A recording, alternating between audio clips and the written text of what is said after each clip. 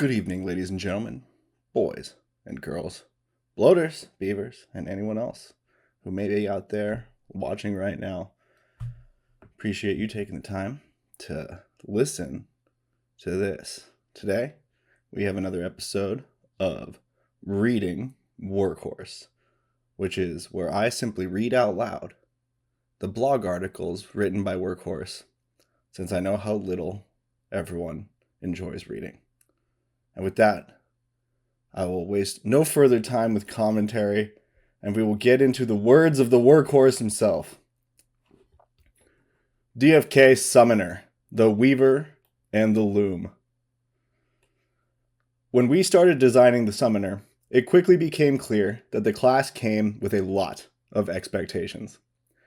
As you know, we are all massive Final Fantasy fans, and although most consider the Summoner we see in that franchise to be the truest, bluest version of that class, we also see prominent Summoners and Summonings in an array of works of fiction, like the Chronicles of Narnia, the Dresden Files, and one could argue, the Lord of the Rings. But we also see unique twists and variations of Summoner-esque skills appear in major gaming titles like League of Legends, Path of Exile, and even in the Persona series. Pop culture has always been interested in pulling a mysterious entity from another dimension into our own. Witches, warlocks, demons, and angels. And the concept has evolved into a trusted trope over the last decade or so in entertainment. I personally couldn't even tell you how many isekai anime series I have watched. I apologize if I pronounced that wrong. I don't watch anime. Reader, note, back to Workhorse. It's a lot. With this wealth of source material to refer to and pull from, the team wanted to make sure the class had a foundation of clearly classic summoner skills, while incorporating some twists that tied together a few of these edge case class fantasies. To do this, and as I always like to do when starting to design a class, says Workhorse, I revisited my roots of Dungeons and Dragons and Magic the Gathering to hone in on some of the more potent archetypes to assemble what we could consider interesting and dynamic discipline paths for the players. Whoosh. Okay. Hubert and I then dug deep into what we liked most of the 9,000 versions of Summoner out there, landing on the consensus that one discipline path absolutely must feel like a Final Fantasy aspect Summoner. A vertical of magic that focuses on ushering impressive, ethereal, otherworldly entities into our own domain. The Summon aspect discipline. Another would reflect the mystical aura magic found in D&D meets MTG style umbral magic to buff and empower party members. The Soul Bond discipline. And lastly, our own void-touched twist to the class, thanks to DFK's own dark summoning mechanic, the Dark Summoner discipline, where we could set up future classes with foundations in void magic.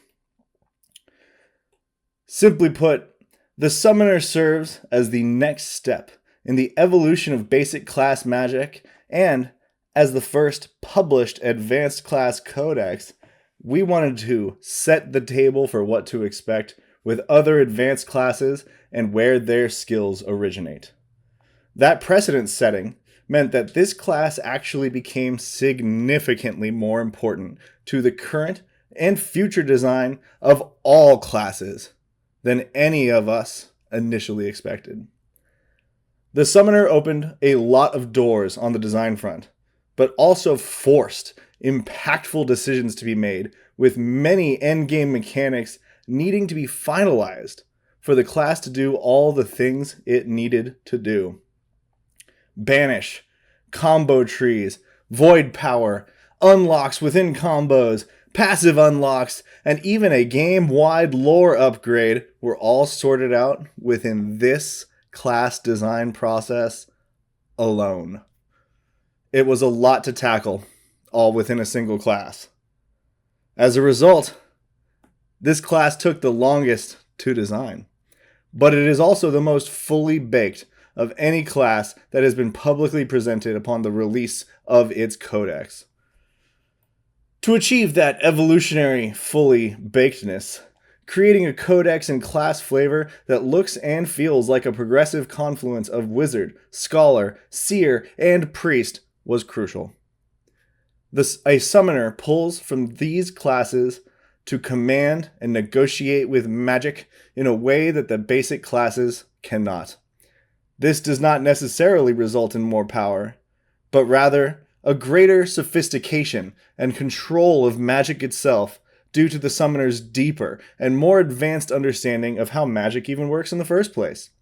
Which means a summoner could be more powerful, but that isn't necessarily a given.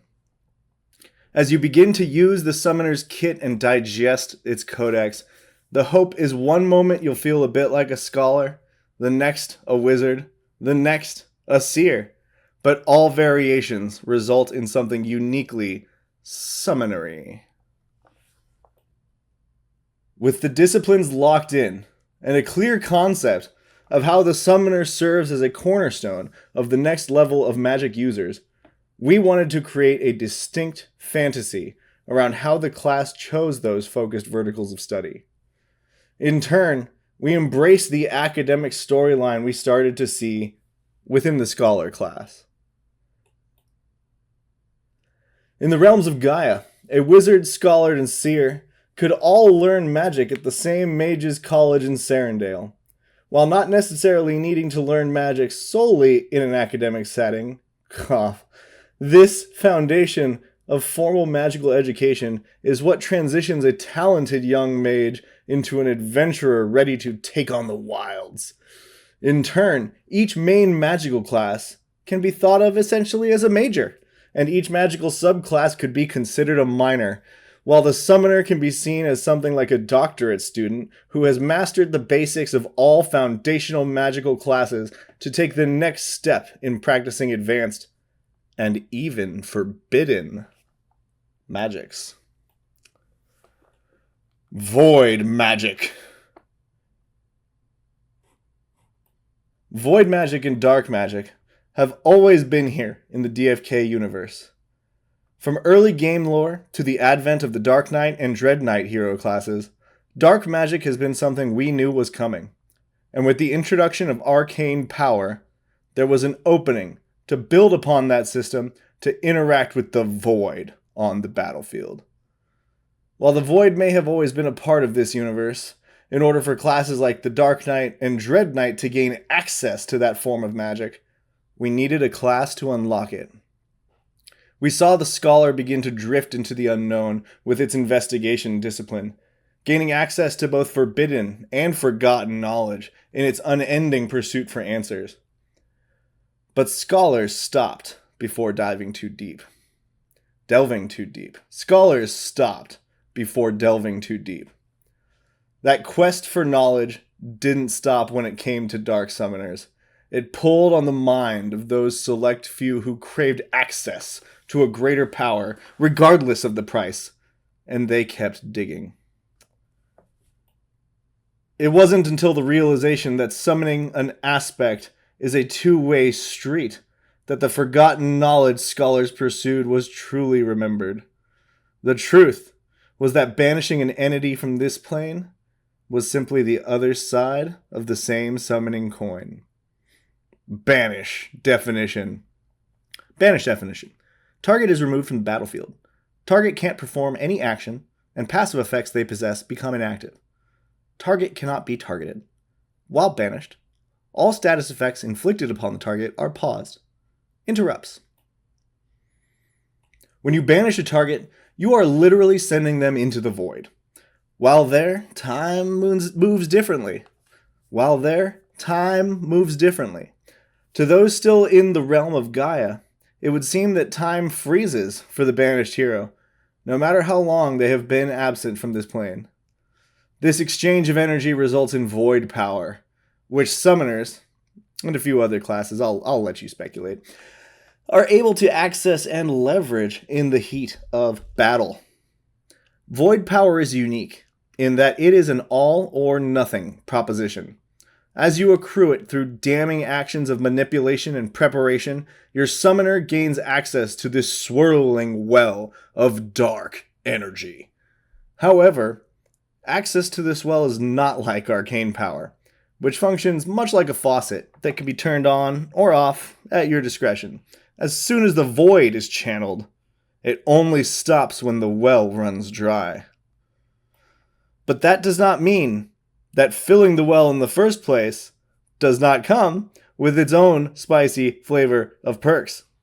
With Summoner, we see the introduction of a few types of unlocking mechanisms: passive unlocks and unlocks within combos. Here's how they work. Passive unlocks. Passive unlocks automatically unlock once your hero has surpassed a certain threshold of arcane or void power. Take, for example, Binding Contract in the Spirit Bond discipline path. Gain 2 armor each turn. Gain 2 void power each turn. Unlock 10 AP. Each instance a party member or enemy is banished, gain 30% haste for 20 ticks. Unlock 20 AP. Reduce channel length by 20% for all skills that require arcane power to cast. Gain 20% resistance to negate. Gain 20% resistance to dispel. Unlock 30 AP. All skills that require arcane power to cast gain a 3 times int standardized plus 3 times whiz standardized plus 3 times luck standardized chance to repeat 1. Unlock 10 VP.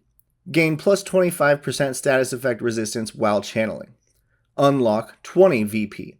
For each instance this hero channels, gain an 8 times whiz standardized chance to automatically spend 10 plus 1 times your level MP to gain a pure ward for 10 ticks. Unlock 30 VP. Gain plus 66% resistance to negate. Gain plus 66% resistance to dispel. The next skill that requires void power to cast has a 66% reduced channel length. Okay. There is a lot of text there, but the key takeaway is that as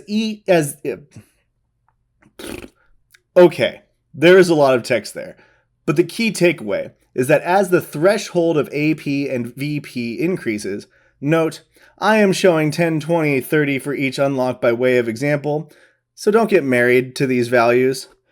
As your summoner accrues power, either arcane or void, your power meter will increase until you spend that power by casting a spell that is empowered by that specific power type. However, if you don't spend that power and leave that energy in the bank, you will unlock these passive benefits. The summoner has the skills and knowledge to understand this, while other classes simply may be unaware of the possibility entirely. We're going to take that one again. The summoner has the skills and knowledge to understand this, while other classes simply may be unaware of the possibility entirely. Let's say you have 12 AP and 24 VP and have Binding Contract selected as a skill for your summoner. At that time, your summoner has 3 passive unlocks unlocked. The one for 10 AP, the one for 10 VP, and the one for 20 VP that I read previously. Unlocks within combos. This one is a bit more straightforward. Normally, we see unlocks appear as options on the base skill itself. However, since Summoner has introduced the concept of combo trees, I'll talk about that next, we wanted to reward the savvy Summoner with nested unlocks if a certain combo requirement is met. Here is Spectral Chains from the Summon Aspect discipline. Empower this skill by consuming X charges of arcane power. Amnesia X. Channel X initiative. Deal X times AP times spell plus X times int damage to target enemy. X times int standardized plus X times whiz standardized chance to stun, same chance to silence, same chance to root. Generate X charges of arcane power for each inflicted debuff. Combo.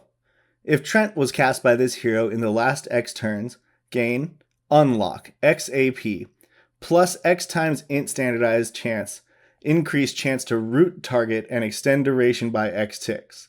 Combo. If Summoning Circle was cast by this hero in the last X turns and Ether Walker is active, gain Unlock X AP repeat X. Note from this example is that your summoner cannot access the option to spend AP on an unlockable upgrade unless the prerequisite combo has been fulfilled. Furthermore, you'll see that there are two possible combos, each with its own unique either or unlock, not and in this case. This is also a perfect example of what we're calling combo trees. So let's get to those next. Combo trees. Combo trees equal if player good, then class good.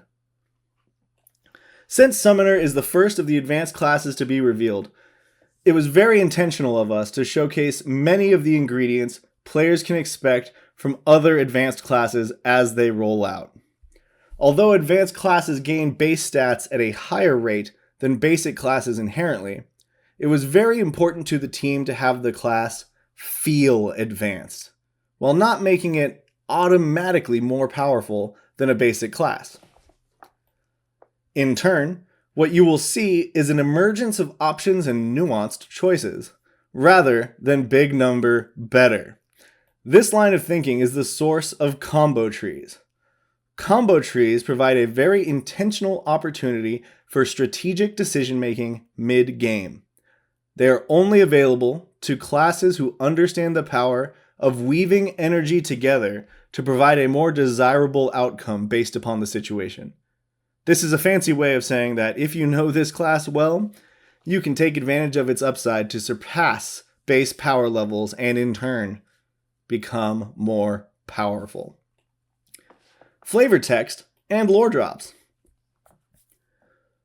Most view Xaden Eldenborn as a plague to the class of summoning magic, but others see him as a visionary that paved a path into realms of forbidden magic that deserve mainstream consideration. Prominent Dark Knights, Dread Knights, and even some scholars pay homage to Eldenborn as a key luminary who is integral to the advancements of void magic. Personally, I believe that without his work, we'd still be wielding magicless metal swords or shooting unremarkable wooden arrows. A quote from The Historical Impact of Void Magic by Wheaton Gargadusa,